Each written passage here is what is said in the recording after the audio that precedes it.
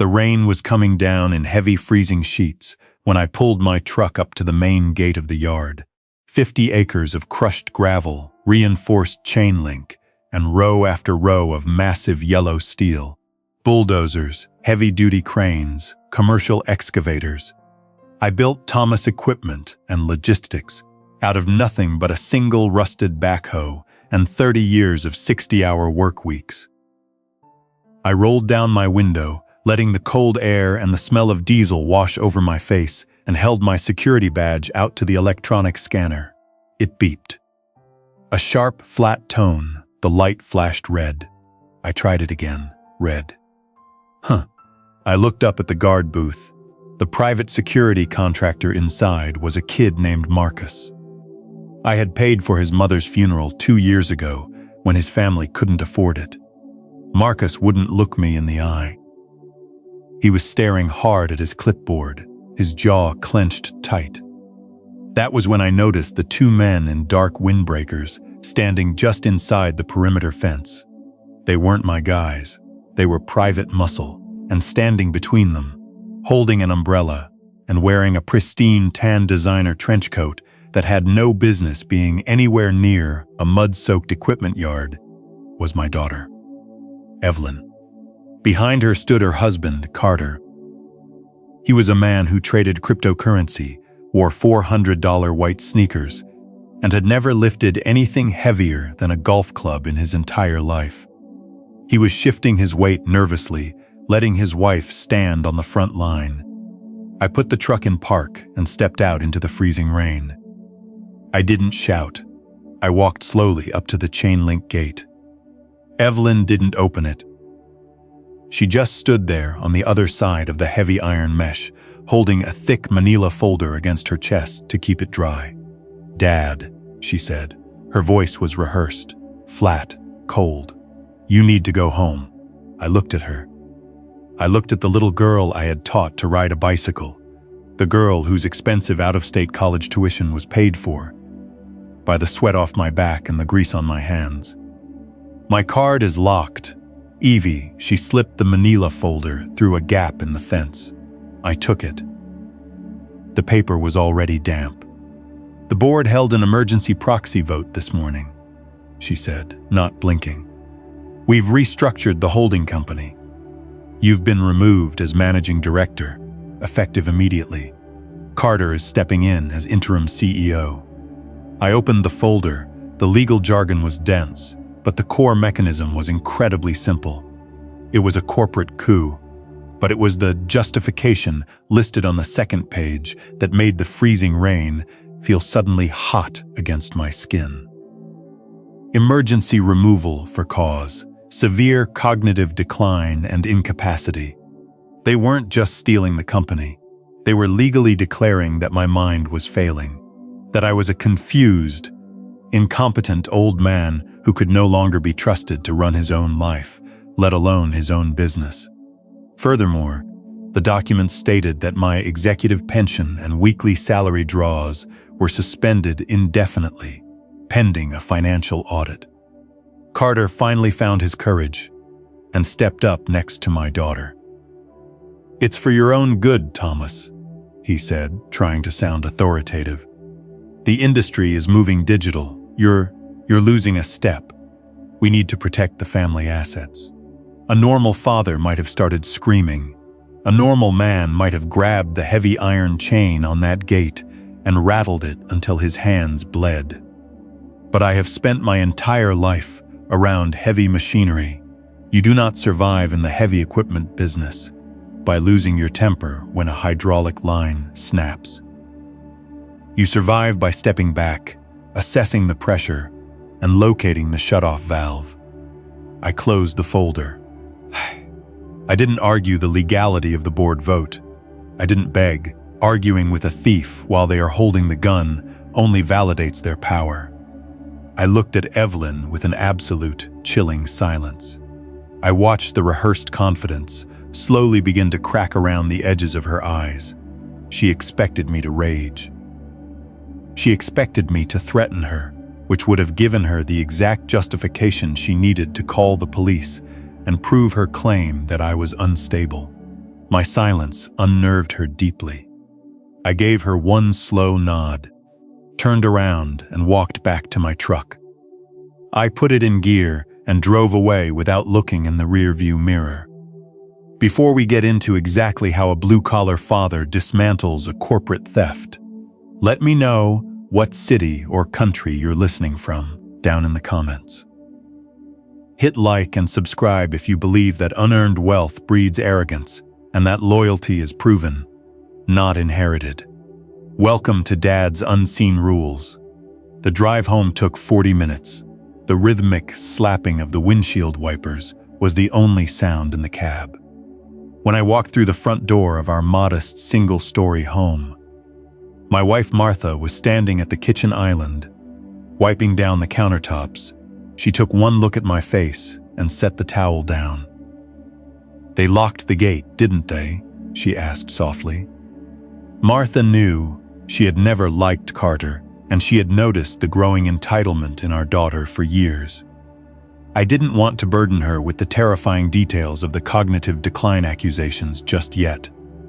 I simply kissed her forehead, told her not to worry, and walked directly into my home office.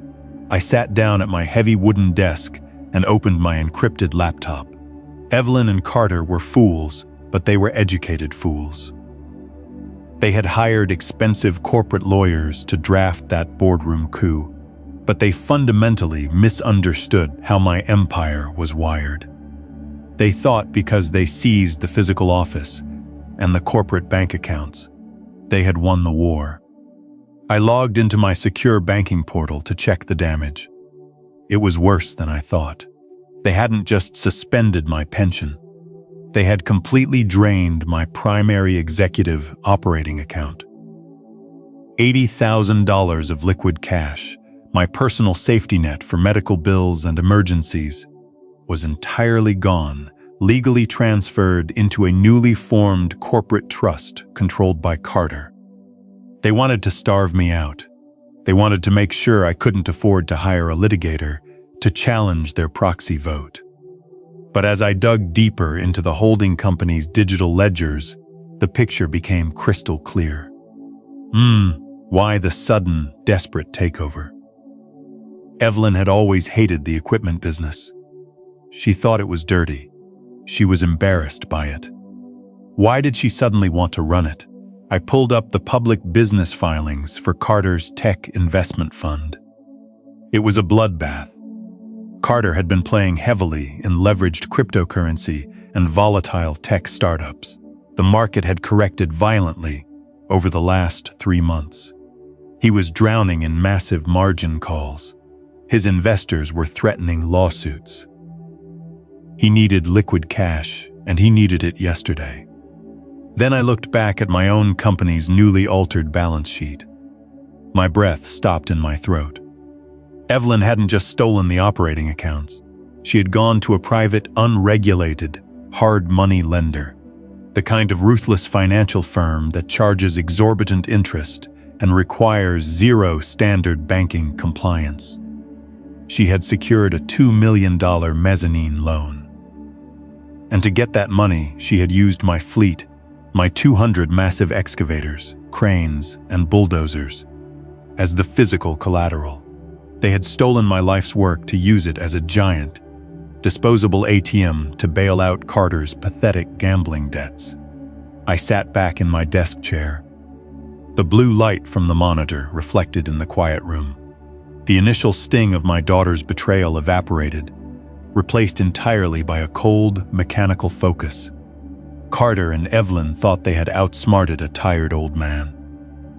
They thought taking the keys to the gate meant they owned the kingdom. But they had just made a catastrophic, structural error. They pledged assets they did not understand to dangerous people who do not forgive mistakes.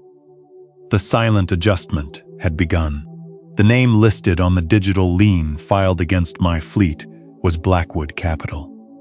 These were not standard commercial bankers. They didn't wear tailored suits or offer reasonable grace periods. In the commercial contracting world, a hard money lender like Blackwood is the absolute last stop on the financial train. They cater to desperate people who need millions of dollars in 72 hours and cannot pass a standard corporate audit. Their terms are notoriously brutal. Triple-digit interest rates disguised as administrative fees, and if you miss a single payment by 1 minute, they don't send a polite letter. They send a repossession crew to strip your business down to the copper wiring. Carter had gambled millions on digital vaporware, fake money on glowing screens. And when the margin calls hit, he panicked. He convinced my daughter to steal something incredibly real. Tons of diesel, hydraulic fluid, and solid American steel to pay for his digital mistakes. Any lingering trace of fatherly guilt I had was entirely erased by the blue light of that computer screen. Evelyn was not a confused child making a mistake. She was an apex predator who had happily thrown her own father to the wolves to fund her husband's arrogance. The next morning, I did not go back to the yard. I put on a clean button-down shirt, poured myself a travel mug of black coffee, and drove straight into the financial district of the city. I parked beneath a tower of glass and steel and rode the elevator up to the 40th floor. The receptionist at Vance & Associates recognized me immediately. I bypassed her desk and walked directly into the corner office. Vance was sitting behind a massive mahogany desk. We had known each other for 30 years. He was the corporate bulldog who helped me navigate municipal zoning wars back in the early 90s. He looked up, surprised to see me unannounced. I sat in the leather chair across from him and slid the damp manila folder onto his desk. I kept my voice completely flat. I told him about the locked gate, the private security, and the emergency board vote. Vance opened the folder. He read the justification clause. Cognitive decline. Oh, his face turned a deep shade of red. Vance knew exactly how sharp my mind was. He gripped the edges of the paper, his knuckles turning white. He immediately started listing our counter-offensives. He wanted to file an emergency injunction, freeze the operating accounts, and drag Evelyn and Carter into a brutal, highly public courtroom battle for wrongful termination and corporate theft. I held up my hand. I told him I didn't want a loud, messy court battle. That is how reactive, emotional men fight. I wanted a silent, total demolition. I reached into my jacket pocket and pulled out a worn, leather-bound ledger. It was a physical book, not a digital file. I placed it gently on top of Evelyn's fake corporate decree. Carter firmly believed I was just a blue-collar mechanic who got lucky. He thought my entire net worth was tied up in the operating accounts of Thomas Equipment and Logistics. He assumed that if he controlled the company letterhead and the payroll, he owned the empire. What my son-in-law never understood was that the heavy machinery business is incredibly volatile. Decades ago, Vance and I had anticipated the liability risks of operating massive, dangerous equipment on active construction sites.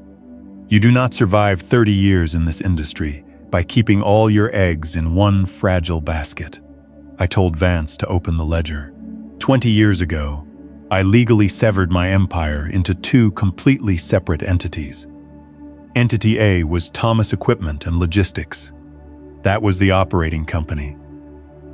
It handled the payroll, the marketing, the yard leases, and the client contracts. This was the company Evelyn and Carter had just stolen in their boardroom coup. But Entity B was a blind, irrevocable holding trust named Ironclad Holdings. Ironclad Holdings owned the physical assets, every single bulldozer, every crane, every flatbed truck, and every commercial excavator. Ironclad owned the steel. The operating company didn't own a single wrench. It simply leased the equipment from my private trust on an annual basis, and I was the sole, uncontested managing director of Ironclad Holdings. Vance stared at the ledger. A slow, dangerous smile spread across his face. He leaned back in his chair, and took his reading glasses off. Evelyn and Carter had rushed their hostile takeover. They had been so desperate for cash to cover those crypto margin calls that they never performed proper due diligence. Carter had taken the operating company's balance sheet to the hard money lenders and proudly pledged 200 massive pieces of heavy machinery as collateral for a $2 million loan.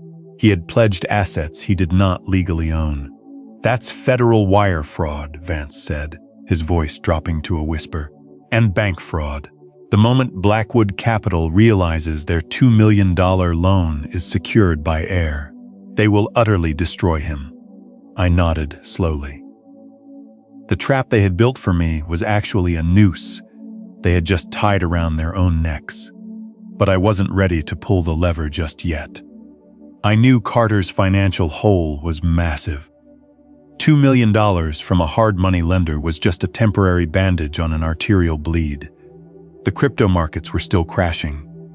The debt was still growing.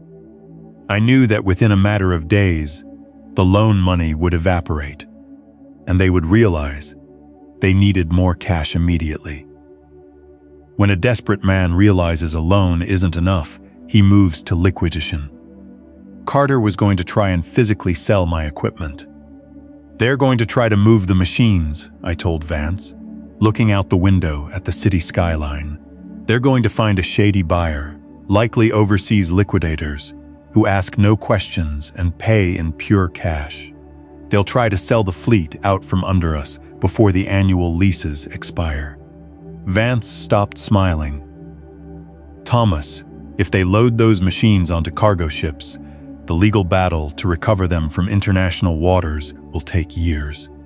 We need to call the authorities right now. We need to lock the yard down." "No," I said quietly.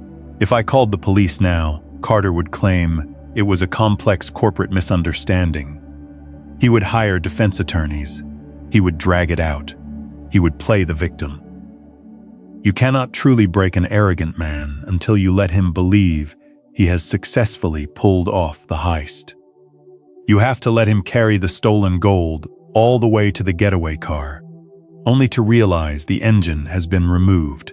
I told Vance to draft the formal legal notices of default for the equipment leases, but to keep them strictly in his desk drawer. I would tell him exactly when to mail them to the hard money lender. I stood up, buttoned my coat, and shook my lawyer's hand. Carter and Evelyn were about to invite international liquidators into my yard. They were going to try and sell 50 tons of my steel to save their own skin. But they didn't know that the machines they were trying to sell possessed a secret of their own. I walked out of the office and headed back to my truck. It was time to prepare the kill switches. 3 days later, I sat in a cracked vinyl booth at a roadside diner directly across the highway from my equipment yard.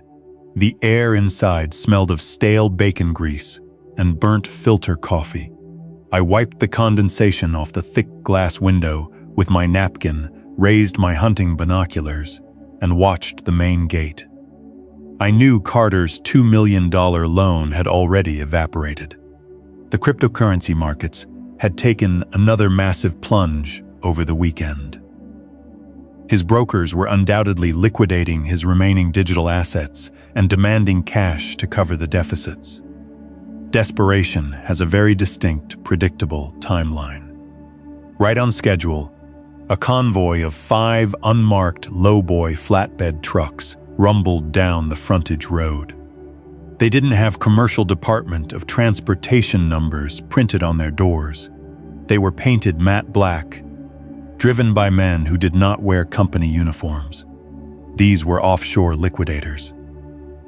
They specialized in buying heavy industrial equipment for pennies on the dollar, paying in pure cash, and loading the machinery into shipping containers bound for overseas ports before the sun went down.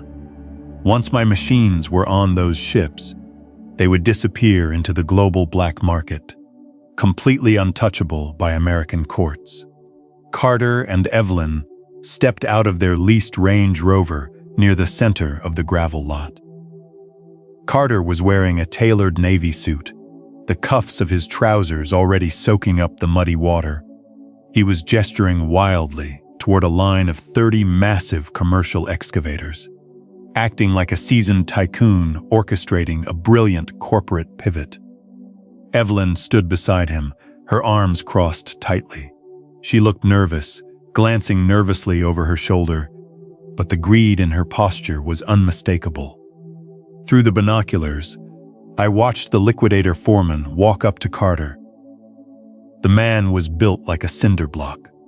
He didn't smile, he didn't shake Carter's extended hand. He simply opened a heavy aluminum briefcase resting on the hood of his truck, revealing thick stacks of wrapped currency. Carter's shoulders immediately dropped in relief. He reached for the briefcase. The foreman slammed it shut. He pointed a thick, calloused finger at the excavators. He wanted to hear the engines run and see the hydraulics move before a single dollar changed hands. You do not buy 30 massive pieces of steel without verifying the powertrains. Carter nodded eagerly and signaled to the Liquidator's operators to climb into the cabs. I set my binoculars down on the Formica table. I unzipped my canvas duffel bag and pulled out my ruggedized field tablet. Carter believed that physical possession equaled total control. He thought that holding the keys to the padlocks meant he owned the heartbeat of the fleet. But heavy machinery theft is a massive liability in commercial logistics. A 30-ton excavator does not have a standard car alarm. 10 years ago, long before Carter ever set foot in my yard, I had my chief mechanic retrofit every single piece of heavy equipment in the fleet. With military-grade encrypted telematics, these weren't just standard GPS trackers. They were deeply integrated bypass modules wired directly into the engine control units and the hydraulic mainframes. Through the diner window, I heard the distant guttural roar of 30 massive diesel engines firing up in unison. Thick plumes of black exhaust puffed into the cold gray sky. The ground beneath the diner actually vibrated from the raw horsepower idling across the highway. Carter was smiling, pointing at the running machines, saying something to the foreman. I opened the proprietary software on my tablet. I entered my 12-digit master override passcode. The screen populated with a green grid showing the active status of the 30 excavators currently idling in the yard. I highlighted all 30 identification numbers. I tapped the command labeled immobilize. The response was instantaneous. Across the highway, 30 massive diesel engines choked, sputtered, and died in perfect unison. The sudden silence that washed over the gravel lot was absolute and suffocating. It was so quiet, I could hear the rain hitting the diner window. Through the binoculars, I watched the Liquidator operators frantically turning the ignition keys. They were checking the digital dash clusters, pumping the pedals, nothing. The telematics had severed the fuel injection systems and electronically locked the hydraulic pumps. The machines were completely bricked, transformed instantly into 50-ton paperweights. The foreman's face darkened. He knew a trap when he saw one. In the black market liquidation business, machines that suddenly die simultaneously mean one thing: active tracking and remote interference. It means the equipment is stolen, encumbered, or hot. He didn't ask Carter for an explanation. He didn't try to negotiate. He simply turned around, threw his aluminum briefcase into the cab of his truck, and blew the air horn. His operators climbed out of the dead excavators and jogged back to the flatbeds. Carter ran after the foreman, waving his arms, his tailored suit jacket flapping in the wind. He was begging. He was trying to explain that it was just a mechanical glitch, a temporary electrical fault. The foreman ignored him entirely. He climbed into his truck, put it in gear, and the entire convoy of flatbeds pulled out of the yard, leaving Carter standing alone in the deep mud. The cash was gone. The escape hatch was permanently welded shut. Evelyn walked up behind her husband. Even from across the highway, I could see the absolute terror radiating from her body. She was screaming at him. She was pointing at the dead machines, then pointing at her phone. She finally realized the truth. She realized that I had never truly left the yard. I was in the wiring. I was in the engines. I was controlling the board from the shadows. When you back an arrogant, desperate animal into a corner, it does not suddenly reflect on its poor choices. It bares its teeth and strikes blindly at whatever is holding the leash. Evelyn realized she could not sell the machines as long as I was a free man with access to a computer. She needed to sever my hands from the controls, but she couldn't beat me in a boardroom, and she couldn't beat me in the equipment yard. She needed a weapon I couldn't remotely disable. She pulled her cell phone out of her pocket and dialed a number. I packed my tablet back into my duffel bag, paid for my coffee, and walked out to my truck. I knew exactly who she was calling. She was calling the authorities. She was going to tell them the exact same lie she had written in that boardroom document. She was going to tell the police that her elderly father had completely lost his mind, that I was violently sabotaging their business, and that I was an immediate physical threat to myself and society. She was trying to use the state to lock me in a cage so she could tear apart my empire in peace. The smell of roasted garlic and rosemary filled the kitchen when I walked through my front door. Martha was standing at the stove, stirring a heavy iron pot. The house was warm, quiet, and completely detached from the chaos I had just engineered across town. She looked over her shoulder, offering a small, hopeful smile, silently asking if the storm was over. I took my coat off and hung it on the wooden rack. "Not yet," I told her quietly, "but the wind is shifting." I didn't have time to explain the overseas liquidators or the dead engines, because less than 20 minutes later, the storm arrived at my front porch. It wasn't a polite knock. It was 3 heavy, measured strikes of a closed fist against the solid oak door. It was the kind of knock that carries the weight of a badge. Martha froze, the wooden spoon suspended over the stove. I gently touched her shoulder, told her to turn the burner down, and walked to the front door. I unlocked the deadbolt and pulled it open. 2 city police officers stood on my porch. They were young, their postures rigid, their right hands resting casually but intentionally near their utility belts. They were scanning the hallway behind me, bracing for chaos. They expected to find a shattered living room. They expected to find a raving, paranoid old man screaming about stolen companies and hacking into heavy machinery. Evelyn had painted a masterpiece of a lie. She had called 911 and reported that her father, suffering from severe, undiagnosed dementia, had become violent. She claimed I was digitally sabotaging a multi-million-dollar logistics company in a fit of delusion, and that she feared for her own physical safety and the safety of my wife. She was trying to trigger an involuntary psychiatric hold, a 72-hour lockdown in a state facility. If I raised my voice right now, if I demanded to know why they were harassing me, or angrily called my daughter a liar, I would give these officers the exact erratic behavior they were sent to suppress.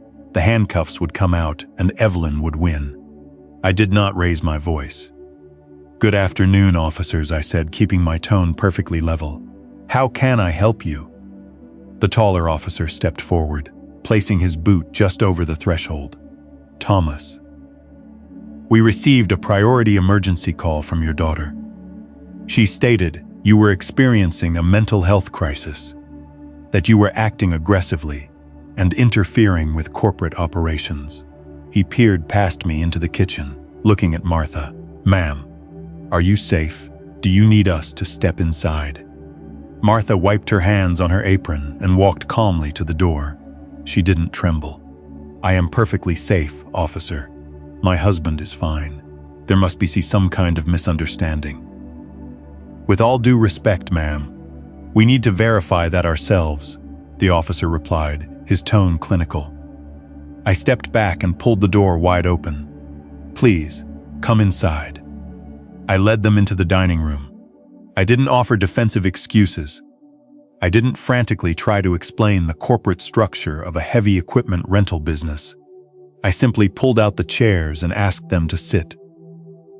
Then I walked into my home office and retrieved the same leather briefcase I had taken to Vance's office. I set it on the dining table and unclasped the brass locks. "My daughter is currently attempting a hostile takeover of my operating company," I told the officers, my voice steady and measured. "She locked me out of my own facility 3 days ago, using a fabricated claim of cognitive decline. I knew she would eventually attempt to weaponize the police, to remove me from the board entirely." I pulled out a crisp white envelope and slid it across the table. "So, 2 days ago I went to a doctor." The taller officer opened the envelope. Inside was a comprehensive, time-stamped psychiatric evaluation. It was signed and officially stamped by the chief of geriatric psychiatry at the city's largest research hospital. The medical conclusion was highlighted in bold ink. "Patient possesses a superior cognitive baseline, absolutely no signs of dementia, paranoia, or cognitive decline. Mental faculties are exceptional." The officer read it twice. He looked up at me, the rigid tension in his shoulders beginning to dissolve. "She said you were sabotaging her fleet." The second officer interjected, though his voice lacked its previous authority. "She said you hacked into the machines." I reached into the briefcase and pulled out the heavy, leather-bound ledger for Ironclad Holdings. I opened it to the state registry pages and turned it around for them to read. "I didn't hack anything," I said simply, "and it isn't her fleet." I pointed to the legal ownership documents. "My daughter stole the operating company that handles the payroll, but I am the sole trustee of the holding company that actually owns the steel this morning. I caught her trying to illegally sell 30 of my excavators to an unregistered overseas liquidator for pure cash." "Oh," the taller officer's eyes widened as the realization hit him. "I didn't sabotage her business," I continued. "I used my own proprietary security software to immobilize my own stolen property to prevent international black market theft. I turned off my own tractors. That is not a crime. But filing a false police report to cover up federal wire fraud absolutely is." The silence in the dining room was absolute. The officers looked at the psychiatric evaluation, then at the corporate ownership deeds, and finally at each other. The clinical suspicion in their eyes vanished, replaced by a deep, uncomfortable realization. They hadn't been dispatched to save a family from a dangerous man. They had been used as attack dogs by a desperate, fraudulent CEO. The taller officer closed his notepad. He apologized for the intrusion. He assured me that a formal record of Evelyn's false report would be filed and that they would not be returning to my home. I walked them to the door and watched their cruiser pull out of the driveway. Martha came up behind me and wrapped her arms around my waist. I let out a long, slow breath the shield had held. Evelyn had thrown her absolute worst, dirtiest weapon at me, and it had shattered against a wall of quiet, documented preparation. The defensive phase of this war was officially over. I walked back to my office, picked up my cell phone, and dialed my lawyer's private number. Vance answered on the second ring. "Are we clear?" Vance asked. "The police just left," I replied, staring out the window at the setting sun. "She played her last card, Vance. She's out of ammunition." "Understood." "Call Blackwood Capital," I instructed, my voice dropping to a low mechanical hum. Send them the certified ownership deeds for the fleet. Tell them the $2 million they just handed to my son-in-law is secured by absolutely nothing. Tell them they've been defrauded. It was time to drop the hammer. The morning after the police walked out of my house, I packed 2 suitcases. I did not want Martha exposed to any more of my daughter's unhinged tactics. So I moved my wife into a secure, high-rise condominium in the center of the financial district. I owned the penthouse through a private trust and usually kept it vacant for visiting equipment manufacturers. But right now, I needed its 24-hour concierge security and key fob elevators. I wanted Martha behind bulletproof glass, completely untouchable. Once she was settled, looking out over the city skyline with a fresh cup of tea, I sent Vance a single encrypted text message, execute. Across town in his mahogany office, Vance picked up the phone and dialed the managing director of Blackwood Capital. He didn't make threats. He didn't yell. Vance simply informed the hard money lender that the $2 million mezzanine loan they had just issued to Carter was secured by stolen collateral. He emailed them the certified, time-stamped ownership deeds, proving that Ironclad Holdings owned every single piece of steel in that yard. He politely informed them that Carter had committed federal wire fraud, and that my holding company was preparing to file a massive conversion lawsuit against Blackwood if they attempted to repossess so much as a single wrench. When you tell a predatory lending firm that they have just been defrauded out of $2 million, they do not schedule a polite meeting to discuss the misunderstanding. They react with absolute, instantaneous financial violence. Hard money loan contracts are filled with draconian covenants. Embedded in the fine print of Carter's paperwork was a universal default and fraud clause. The moment Blackwood realized the collateral was fake, they pulled the ripcord.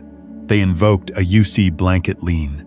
With a single digital command, Blackwood Capital seized control of the operating company's payroll accounts, Carter's crypto trading accounts, and Evelyn's personal checking accounts.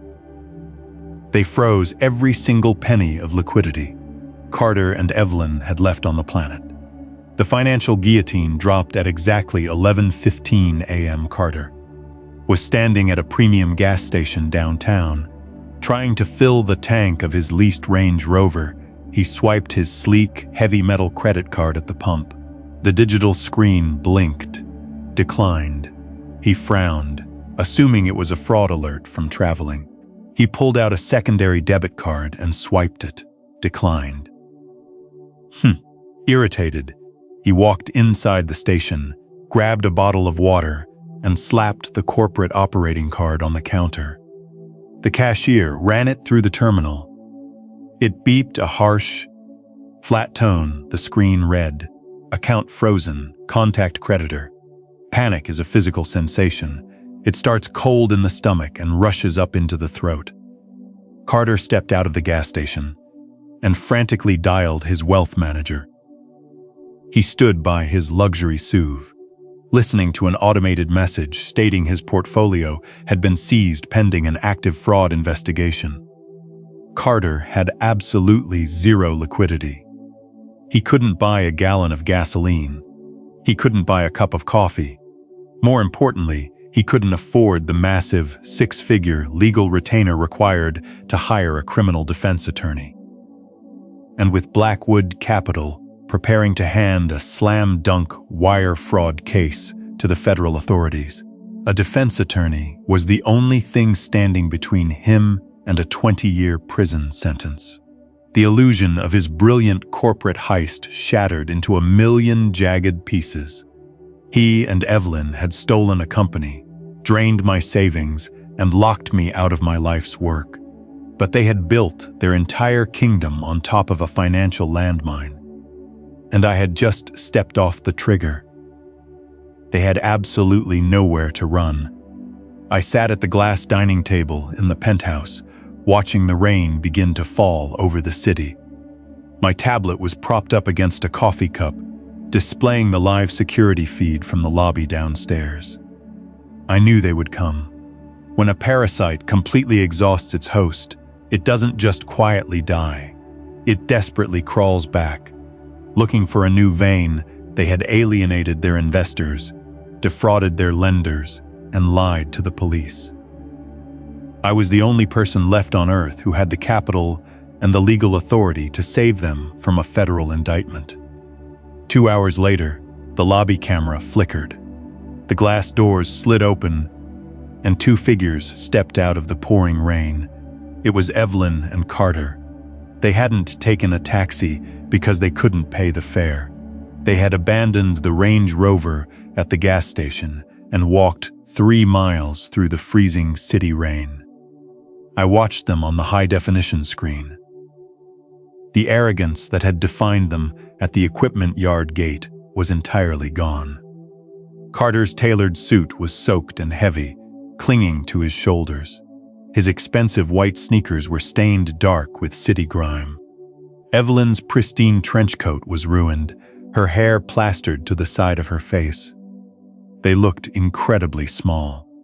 They looked exactly like what they were. 2 thieves who had finally been backed into an inescapable corner.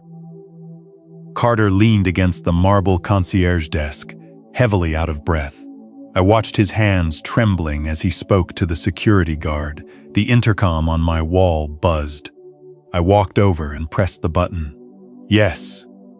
"Mr. Thomas," the concierge said, his voice hesitant. "I have your daughter and a gentleman here in the lobby. They don't have an appointment, but they are insisting it is an absolute emergency. Shall I have security remove them?" I looked at the screen. Evelyn was staring up at the security camera, her mascara running down her cheeks, her eyes wide with total, unadulterated terror. She knew I was watching.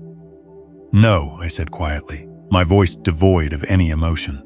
"Send them up." I turned off the monitor and walked to the front door of the penthouse. I didn't prepare any tea. I didn't set out any towels for them to dry off. This was not a family reunion. This was the final inspection of a condemned structure before the wrecking ball swings. I heard the heavy, slow footsteps moving down the carpeted hallway. Every step was an admission of total defeat. Every step was a heavy surrender to the man they had assumed was too old and too stupid to fight back. They stopped outside the door. The silence stretched for 10 agonizing seconds. Then, a single weak knock echoed through the wood. I reached out and turned the deadbolt. The heavy oak door swung inward. Silently, they stepped over the threshold, dripping freezing city rain onto the polished hardwood floor. The contrast was stark. They were standing in a multi-million-dollar penthouse, warm and secure, while they looked like shipwreck survivors who had just washed ashore on a hostile beach. I didn't offer them a seat. I simply walked over to the glass dining table and stood behind my chair, waiting. Evelyn cracked first. The silence in the room was too heavy, and she rushed to fill it with a frantic, desperate narrative. She stepped forward, leaving a trail of water on the floor, and began to speak in a rushed, panicked rhythm. She immediately tried to throw her husband to the wolves. "Dad, it was Carter," she pleaded, her voice trembling. She pointed a shaking finger at the man standing beside her. "He lied to me about the crypto margins. He drafted the proxy vote. I didn't want to lock you out. I swear. He manipulated the board. Blackwood Capital froze everything we have. We can't even buy groceries." Carter looked at his wife, his jaw dropping in pure shock. He was witnessing the absolute lack of loyalty that unearned wealth breeds. But he was too terrified to argue. He just stared at the floor, completely broken. Evelyn gripped the edge of the glass table, her knuckles white. Then came the pitch. "Blackwood is threatening to go to the federal prosecutors by the end of the week, Dad. They want the collateral. They want the machines. All you have to do is transfer the deeds from Ironclad Holdings directly to them. If you sign over the fleet, they'll drop the fraud charges. Please, you have to save us." She was asking me to hand over 30 years of my blood, sweat, and calluses. She was asking for 200 pieces of heavy machinery to pay off a gambling debt she had facilitated by stealing my company. I looked at the daughter I had raised. Save you?" I asked, my voice dropping to a low, absolute whisper. I reached down and picked up a single manila folder resting on the table. It was the exact same color as the one she had handed me through the chain-link fence in the rain. I opened it. I didn't pull out corporate deeds or transfer documents. I pulled out a photocopy of the police report she had filed 24 hours earlier. I slid it across the smooth glass. It stopped exactly an inch from her trembling hands. "You told armed police officers that I was a violent, demented threat to your mother," I said, the words cutting through the air like cold steel. "You tried to lock me in a psychiatric ward to keep your hands on my money." Evelyn stared at the police report. The remaining color drained from her face, leaving her skin the color of wet ash. "I'm not giving you my steel," I told them, resting my hands flat on the table. "I'm not calling Blackwood Capital. I am not fixing this. You signed a fraudulent contract with predatory lenders, and now you are going to face the exact mathematical consequences of your own greed." Carter finally looked up. He couldn't breathe. He realized that the safety net was permanently gone. They were in freefall, and the ground was rushing up to meet them. "Get out of my home," I said. I didn't yell. I didn't point toward the exit. The absolute, freezing finality in my voice was enough. Evelyn let out a quiet, broken sob. She turned around, and together they walked slowly back down the hallway, dragging their wet shoes across the carpet. I closed the door behind them, listening to the mechanical click of the deadbolt sliding into place. The quiet correction was complete. Blackwood Capital moved with the terrifying speed of a starved predator. Within a week, the hard money lenders foreclosed on Carter and Evelyn's sprawling suburban estate. Their leased luxury vehicles were repossessed in the middle of the night. To avoid a federal indictment for wire fraud, Carter was forced to liquidate every single remaining asset he possessed, draining his retirement accounts and selling his wife's jewelry just to cover Blackwood's exorbitant penalty fees. They managed to stay out of federal prison, but they were left completely, utterly bankrupt. They moved into a cramped, two-bedroom apartment near the industrial district. The thin walls vibrated every time a freight train rolled past. Carter took a job selling software subscriptions on pure commission. Evelyn, a woman who had spent her life embarrassed by my blue-collar wealth, was forced to take a job working the register at a discount retail store. And because of the deficiency judgments filed against them, a massive percentage of their minimum wage paychecks was legally garnished by their creditors. They were effectively working as indentured servants to pay off their own arrogance. I did not drive past their new apartment to gloat.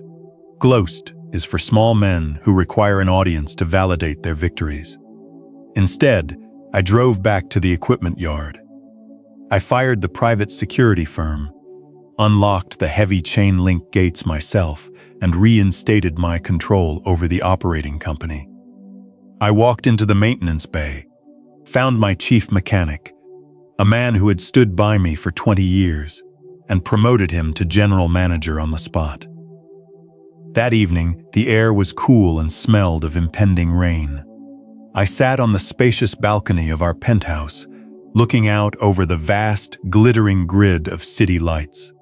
Martha walked out, carrying a small silver tray with 2 crystal glasses and a bottle of 20-year-old bourbon. She sat down beside me, her eyes completely clear, the fear from the last few weeks entirely gone. We were safe. The empire was secure. I poured the dark amber liquid and tapped my glass gently against hers. When a man builds a logistics empire, he understands the intimate weight of every bolt, the cost of every hydraulic failure, and the exhaustive labor required to pour a foundation that outlasts the market crashes.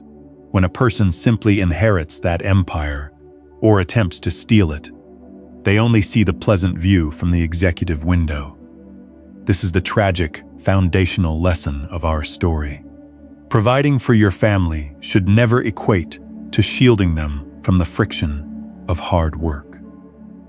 By paying for Evelyn's frictionless life, I unwittingly removed the very struggles required to build a resilient moral character. We often confuse giving our loved ones everything with giving them the right things. A financial safety net is meant to catch someone when they inevitably stumble. But when that net is transformed into a comfortable hammock, it breeds a catastrophic level of entitlement. The reality of the modern world is brutal but necessary. Blood relations do not automatically equal safe investments.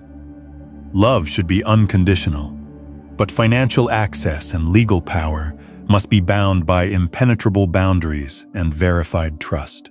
You must protect your life's work from entitled children just as fiercely as you would protect it from a stranger in an alleyway.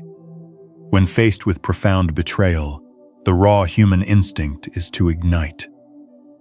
We want to scream, to break down doors, to force the betrayer to acknowledge our pain, but rage is a massive leak in your foundation.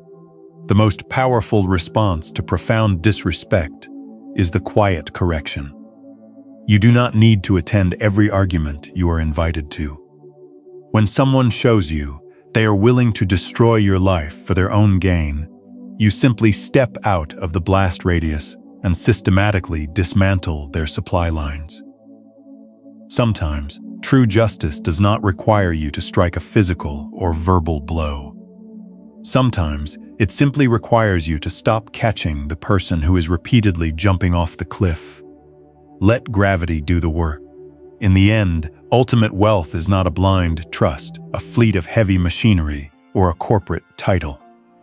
Ultimate wealth is sitting on a balcony with the person you love, watching the storm pass, knowing you weathered the absolute worst of it, and your foundation never cracked. Let me know in the comments if you have ever had to walk away from a toxic family member to protect your own peace and dignity. Thank you for listening to Dad's Unseen Rules.